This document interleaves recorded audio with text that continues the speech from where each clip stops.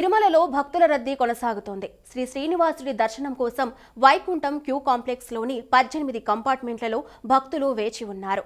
టోకెన్లు లేని భక్తులకు సర్వదర్శనానికి 8 గంటలు పడుతుందని తిరుమల తిరుపతి దేవస్థానం ప్రకటించింది. 300 రూపాయల టికెట్లున్న భక్తులకు స్వామివారి దర్శనానికి 3 గంటలు పడుతుందని సోమవారం 77,000 మంది భక్తులు శ్రీ వెంకటేశ్వర స్వామివారిని దర్శించుకోగలిగారు.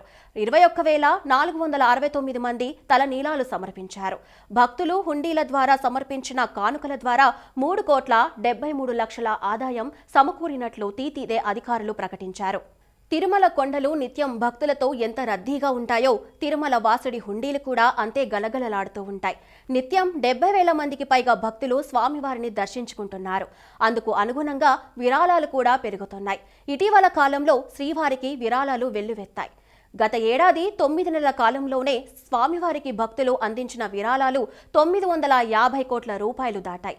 మరోవైపు హుండీ ఆదాయం కూడా 1000 కోట్లను దాటింది. శ్రీవాణి ట్రస్ట్ ప్రారంభంతో స్వామివారికి అందే విరాళాలు కూడా రెండింతలయ్యాయి. కలియుగ ప్రత్యక్ష దైవమైన శ్రీవారి దర్శనార్థం నిత్యం వేల సంఖ్యలో భక్తులు తిరుమలకు తరలివస్తారు. దర్శనం అనంతరం మొక్కుల చెల్లింపులతో భాగంగా హుండీలో కానుకలు సమర్పిస్తూ ఉంటారు. ఇలా స్వామివారికి హుండీ ద్వారా నిత్యం 3 నుంచి 5 కోట్ల వరకు ఆదాయం లభిస్తోంది. ఇక టీటీడీ నిర్వహిస్తున్న ట్రస్టులకు భక్తులు భారీగా విరాళాలు సమర్పిస్తున్నారు. ప్రధానంగా శ్రీవాణి, అన్నప్రసాదం, గో సంరక్షణ, విద్యాదానం, ప్రాణదానం పథకాలకు భక్తులు విరాళాలు అత్యధికంగా ఉంటాయి. టీటీడీ నిర్వహిస్తున్న అన్నప్రసాద ట్రస్ట్ రోజుకి 2 లక్షల మంది భక్తుల కడుపు నింపుతోంది. ఈ ట్రస్టుకు ఆదరణ కూడా ఎప్పటికప్పుడు పెరుగుతోంది.